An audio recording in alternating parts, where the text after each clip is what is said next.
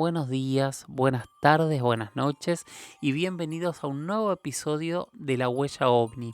Este espacio en donde nos corremos de las verdades absolutas, nos hacemos preguntas y tratamos de develar este misterio que es tan antiguo como la humanidad, creo yo.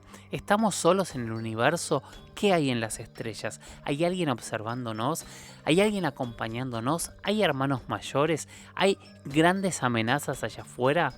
¿O hay un universo listo para que nosotros lo poblemos? ¿Qué es lo que hay en las estrellas? Bueno, día a día, semana a semana, con cada una de sus preguntas, tratamos de empezar a llenar las fichas de este enorme rompecabezas para que cada uno pueda sacar sus propias conclusiones.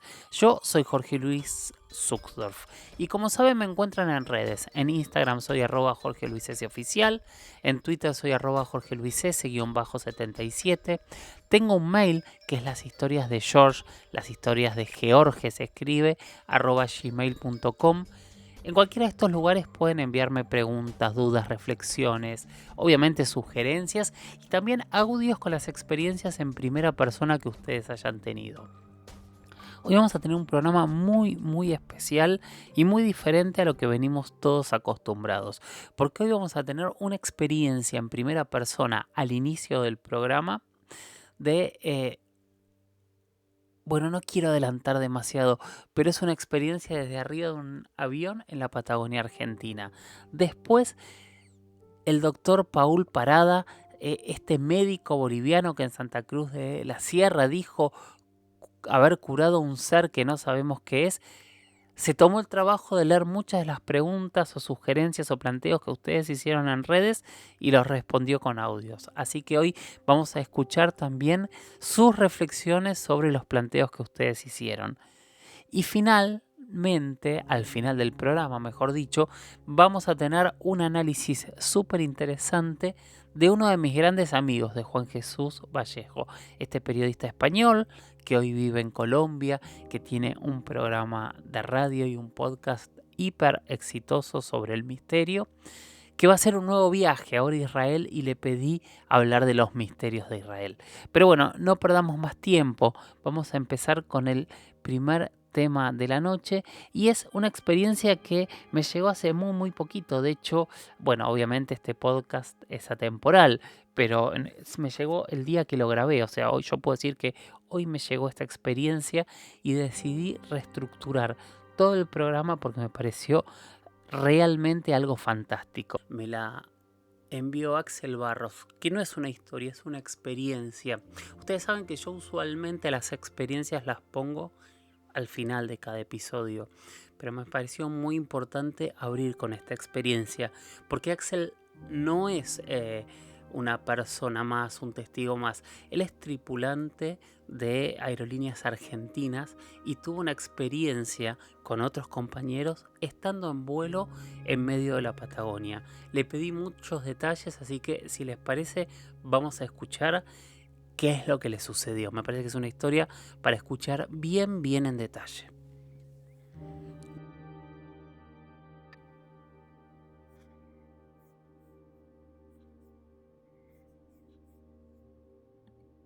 Bueno, Jorge, te cuento un poquito. Eh, Como te decía, soy tripulante de aerolíneas.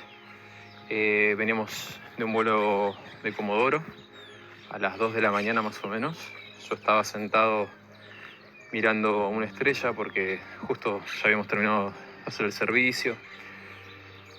Y siempre estoy mirando el cielo, me encanta. Siempre creí en vida de seres extraterrestres y bueno, nada, creo en el tema de la quinta dimensión, los pleyadianos, los reptilianos y todo ese tema. Me parece súper interesante. Y bueno, como te contaba, venía mirando una estrella. De repente veo que se le acerca una y se queda estática por unos segundos y luego baja verticalmente. Esta desaparece. Luego yo sigo mirando esa estrella. Veo que se asoman dos, otra del lado, una del lado izquierdo y otra del lado derecho. Se juntan y también bajan hacia abajo. Van para abajo. Luego veo unos destellos, como unos flashes, bastante grandes, pero todo esto era una distancia muy larga, entonces no podía filmarlo, lo intenté, pero no se reflejaba bien. Y bueno, en eso voy a la cabina de pilotos para constatar de que no era una imaginación lo que estaba viendo. Y nada, empezamos a ver la estrella y luego seguían movimientos de luces que no eran aviones, ni estrellas fugaces, ni nada por el estilo, porque tenían movimientos muy extraños. Y bueno, los pilotos me agradecieron por este momento, ¿no? De avisarles y poder presenciar estas luces que estábamos viendo. Ellos se fijaban en el radar y no les aparecía nada, pero en ningún momento decidieron contactar con la base de control como para decir si había tráfico aéreo, pero bueno, no, evidentemente no eran ni drones ni nada. Y esto duró como 1 hora más o menos, el movimiento de luces. Fue increíble, la verdad que cada vez que lo cuento se me pone piel de gallina. Lo presenciaron los pilotos, un compañero mío y yo. Muchísimas gracias, Axel. Realmente este es el tipo de experiencias que hay que escuchar porque realmente vale muchísimo, muchísimo la pena.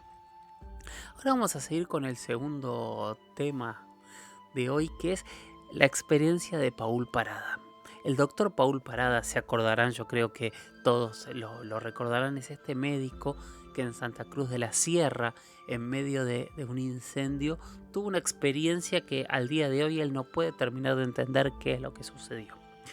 Bueno, hicimos varias entrevistas. Hubo una entrevista muy grande y muy viral en el canal de Johanan Díaz que por ahora, a pedido del propio Paul, decidimos bajarla porque se le había logrado un grado de reconocimiento demasiado grande en Bolivia y él mismo contaba que no estaba preparado para todo lo que ocurrió, o sea, vamos a ir despacio, pero muy generosamente Paul se puso a leer muchos de los comentarios que ustedes mandaron y él decidió contestar algunos. Así que vamos a poner esos audios para escuchar las respuestas de Paul a cada una de las personas que le hizo algún tipo de pregunta o le pidió ampliar un poco más qué era lo que le había sucedido. M preguntó, ¿no se animó a preguntarle de dónde viene? Es una pregunta natural que le podemos hacer a una persona que tiene una apariencia de extranjero, pero entiendo que la situación no haya meritado para esa pregunta. Francisco. Bueno, Jorge, ¿cómo estás? Buenas noches. Te voy a ir contestando algunas de las preguntas. Este seguidor pregunta, dice, ¿no se animó a preguntarle de dónde viene? Es una pregunta natural, dice él. Y claro, o sea, sobre esta situación, como yo te menciono, cuando yo veo que viene el Señor, este tipo viene hacia mí, y ya a medida que se está acercando, claro, me doy cuenta de que efectivamente es un gringo, pues no, un extranjero, un europeo, como queramos llamarlo. Y es aquí donde yo entablo cierta relación, le pregunto, ¿no? Ahí de que si necesitaba ayuda y él me dice que sí. Y bueno, ya al entrar, pero como esto pasó tan rápido, ya al entrar dentro de la casita de la posta de salud, lógicamente uno tiene sus protocolos, pues no, de preguntar edad, tipo de sangre, todas estas cositas, pues no, que son comunes en una cita médica. Pero cuando yo estaba listando las cositas para ayudarlo, lo primero que hago es, bueno, preguntarle, ¿no? Y a ver dónde está la herida, y él me la muestra, y cuando yo le digo, pero ¿quién te hizo eso? Pues, ¿no? Y cuando él me dice, telepática, mentalmente, o como queramos llamarlo, él me responde por la mente, yo pues en ese momento quedo en un bloqueo total, como ya te expliqué en las charlas.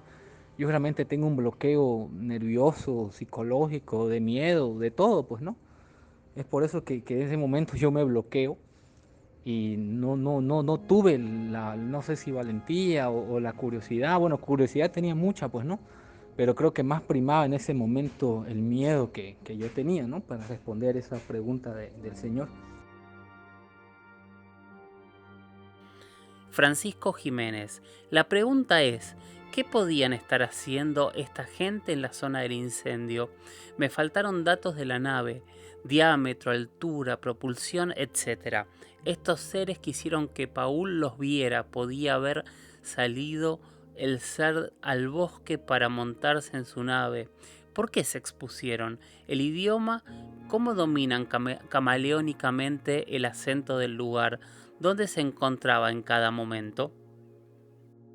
Bueno, y este señor que pregunta, que dice que qué pudieran estar haciendo esta gente en la zona, los incendios, y dice que le faltaron datos de la nave, diámetro, altura, propulsión, etcétera. Yo pues no soy un experto en dar pues ese tipo de detalles, pues no, yo no tuve cómo medir cuánto diámetro tenía la nave, cuánto qué tan grande era o cosas así, o sea, mediciones no, yo lo que pude ver lo compartí en la entrevista que tuvimos, fue no, en lo que te mandé.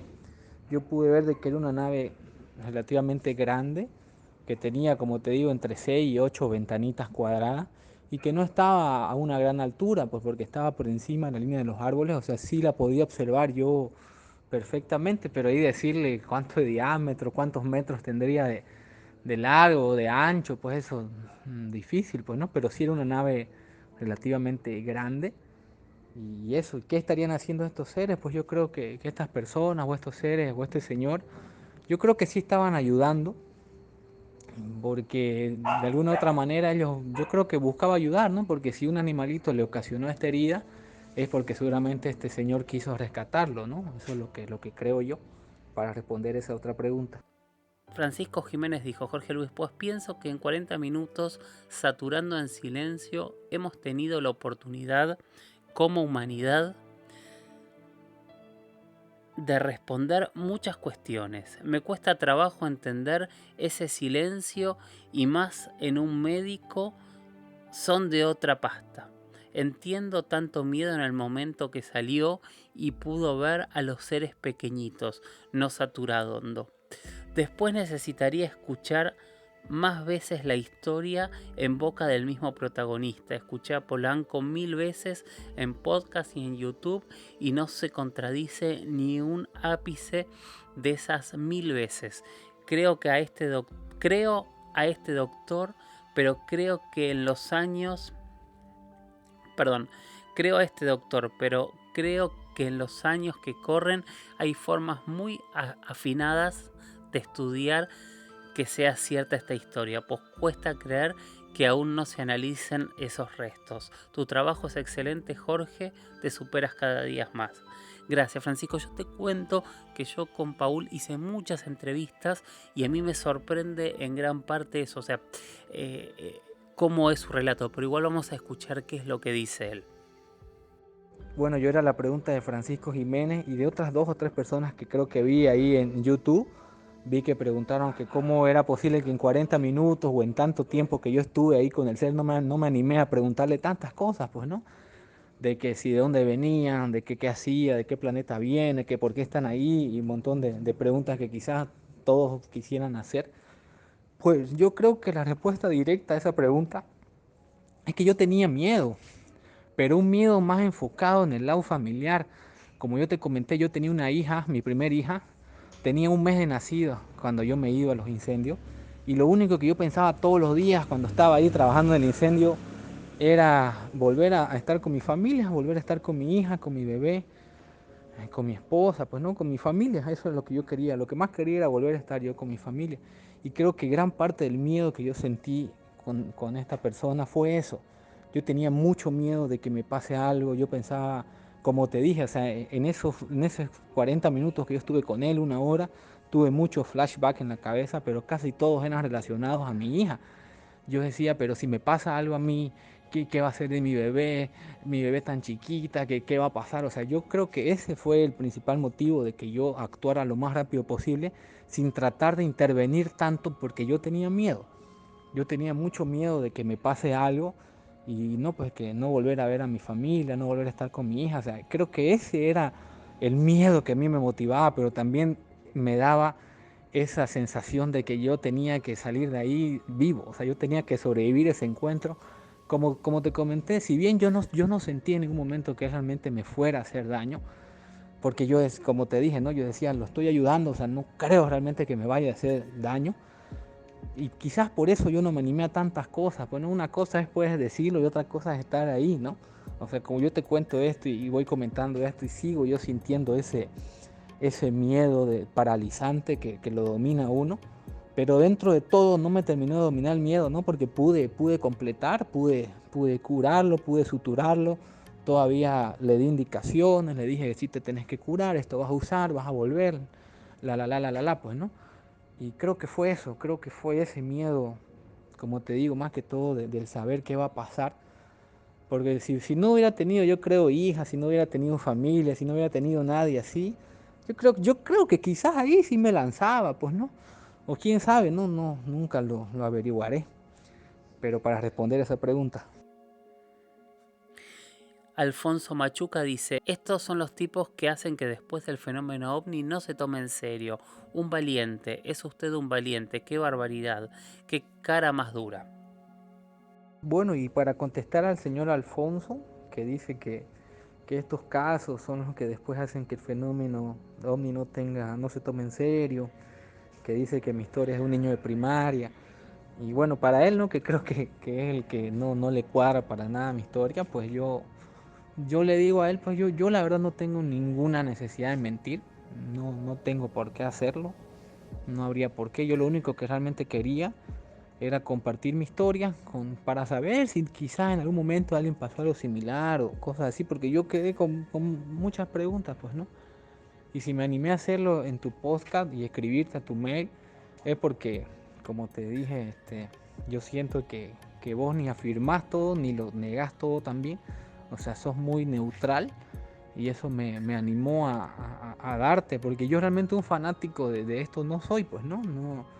Sé que hay el bien y el mal, sé que existen todas estas cosas, sé que hay naves, inclusive muchos rescates o muchas veces se puede ver en la noche, pues no luces y todo, pero haber vivido lo que yo viví, ya eso sí realmente me hizo a mí cambiar un poco el chip, porque como te digo, fanático de todo esto nunca he sido, ¿no? Yo me dedico nomás a lo mío, vivo tranquilo, tengo mi vida sencilla, con mi familia, con mis 2 hijas, yo disfruto mi vida. Y si yo compartía esto era porque necesitaba hacerlo con alguien, porque realmente me pasó un periodo complicado, ¿no? Como te dije, muchos meses después de que me pasó esto, no podía dormir, yo lo seguía viendo a este ser, o sea, lo tenía muy presente en mi cabeza. Muchas veces decía yo, ¿será que me está hablando? ¿No me está hablando? ¿O es mi imaginación? Y por eso fue que empecé a escuchar podcasts y empecé a escuchar podcasts así de casos así paranormales o casos ovni, para ver si entre todos esos testimonios y todo eso yo pillaba algo similar. Más no sé yo qué serán, no sé si son humanos, si no son humanos, si son de otro planeta, pues no tengo idea, pues, ¿no? Lo que sí sé es que me pasó y bueno, aquí estoy. Gracias a Dios todo está bien.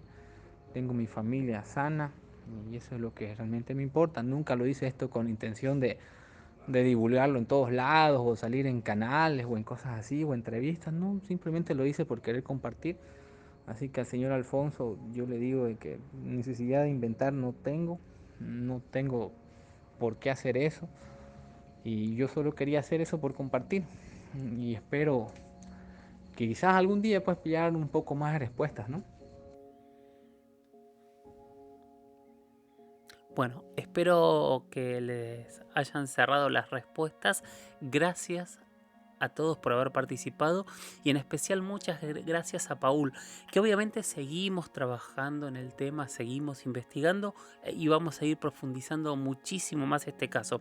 Aparte, es muy interesante contarles que empezaron a aparecer muchos testigos y muchas experiencias de Santa Cruz de la Sierra en las últimas semanas. Uno de mis grandes amigos, sin duda, sobre todo este último tiempo, ¿no? Nos conocimos porque hacemos trabajos de alguna manera similar y empezamos a charlar, empezamos a hacer algunos proyectos juntos. Yo lo invité como entrevistado a mis programas, él me invitó muchas veces a sus programas también como entrevistado. Estoy hablando de Juan Jesús Vallejo, ¿no? Que hace poquito nos contó que iba a hacer un viaje a Egipto para hablar de los misterios y ahora acaba de anunciar un nuevo viaje para hablar de los misterios en Israel. Así que le pedí si podía hablarnos de los misterios en Israel. Vamos a escuchar qué dice Juanje. Israel siempre fue la tierra de Dios para cristianos, musulmanes y judíos, y un lugar muy concreto además, que es el monte Moriah, que está en el corazón de Jerusalén y donde está el famosísimo Muro de los Lamentos. Y es curioso cómo esta zona ha tenido siempre también relación con fenómenos extraños aéreos y con eso que llamamos ovnis. Hace unos años se hizo viral, por ejemplo, una luz saliendo desde el monte Moriah, desde donde está la explanada de las mezquitas, el Muro de los Lamentos, y donde Abraham perdonó a su hijo Isaac. Pero esta relación de estos antiguos profetas y de esta tierra con Dios es muy curioso, porque hay un objeto muy especial que es el Arca de la Alianza. El Arca de la Alianza es el arca del pacto con Dios. Y es muy curioso porque Moisés recibe las instrucciones para hacer el arca cuando él sube al monte Sinaí. Y Dios le da las tablas de la ley. Pero es curioso cómo el pueblo de Israel comenta cómo en el momento en el que Moisés está en lo alto del monte Sinaí, se ven unas extrañas columnas de luz que llegan desde el cielo. Y cuando Moisés baja del monte Sinaí, no solamente le dice a su pueblo cuáles son las tablas de la ley, cuál es la ley de Dios, sino que además le dice a su pueblo que hay que construir un arca de madera de acacia, forrada de oro macizo, con una serie digamos, de instrucciones muy claras en cuanto a la medida del arca, por ejemplo, y la parte de arriba, que era la más importante, que se conocía como el propiciatorio, que era una tapadera de oro macizo y que tenía 2 ángeles de oro macizo que estaban mirándose entre sí. Bien, pues cuenta la historia del pueblo de Israel que en este propiciatorio, en la parte de arriba del arca, se manifestaba Dios y Dios le hablaba a su pueblo como si fuera un transistor con el que ponerse en contacto con su misterioso Dios. Y es más, en este propiciatorio donde aparecía una luz y la voz de Dios, en el arca, le iba diciendo al pueblo de Israel qué caminos tomar por el desierto para no perderse. No solo eso, sino que cuando alguien desafiaba el arca, este arca era un arma y de él salían lenguas de fuego que atrapaba a la gente. Es curioso porque el arca era un mecanismo que solo sabían activar la tribu de los levitas y podía ser un arma muy poderosa, como os he dicho, y es más, cuando ellos, los judíos, entran en conflicto con la ciudad de Jericó, sacan el arca, la destapan, porque siempre tenía que ir tapada, os lo comento, la activan y tocando unas fanfarrias hacen que la vibración de esta sea capaz de destruir los muros de Jericó. El arca era un arma a tal punto que Yahvé, Dios, le da unas instrucciones muy precisas a los levitas.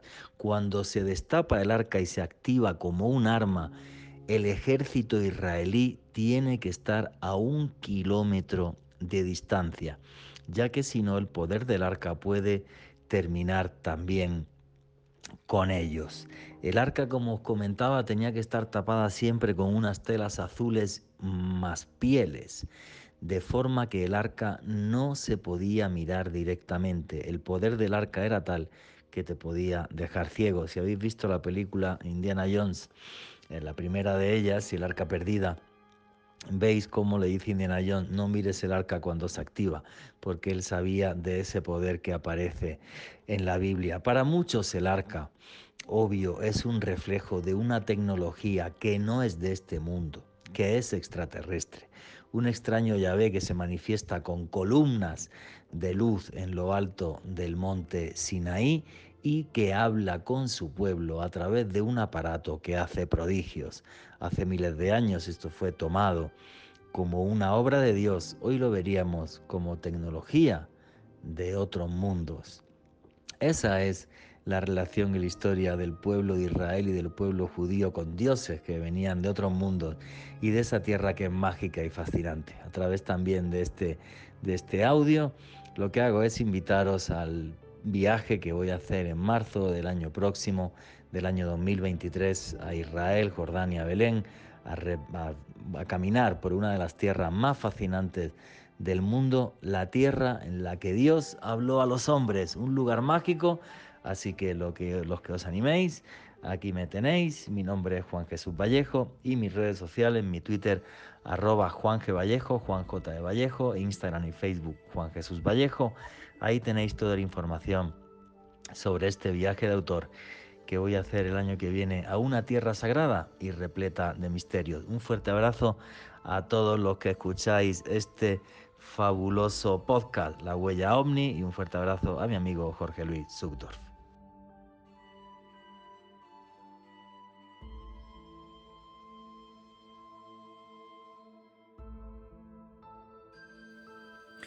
Bueno, este ha sido un capítulo muy especial, ¿no? Casi diría que yo no trabajé, porque simplemente nos dedicamos a escuchar primero a Axel, después a Paul y finalmente a Juan Jesús. Así que, bueno, es un capítulo distinto, bien variado, con historias fuertes y que nos dejan preguntas y certezas en el ambiente, ¿no? Yo siempre digo, no hay nada más interesante que escuchar a los testigos calificados. Hoy tuvimos 2 testigos calificados y tuvimos a uno de los investigadores más importantes de habla hispana. Así que nada, es un capítulo muy interesante y que realmente espero que lo hayan disfrutado tanto como yo. Mientras tanto, sigamos mirando al cielo, sigamos capacitándonos, sigamos haciéndonos esa pregunta ancestral que desde los orígenes de la humanidad, seguramente cada vez que un ser humano levantó la cabeza y vio las estrellas, se preguntó, ¿qué hay allí? ¿Qué hay más allá de las estrellas? Gracias por estar ahí y nos escuchamos en el próximo episodio de La Huella OVNI. Chau.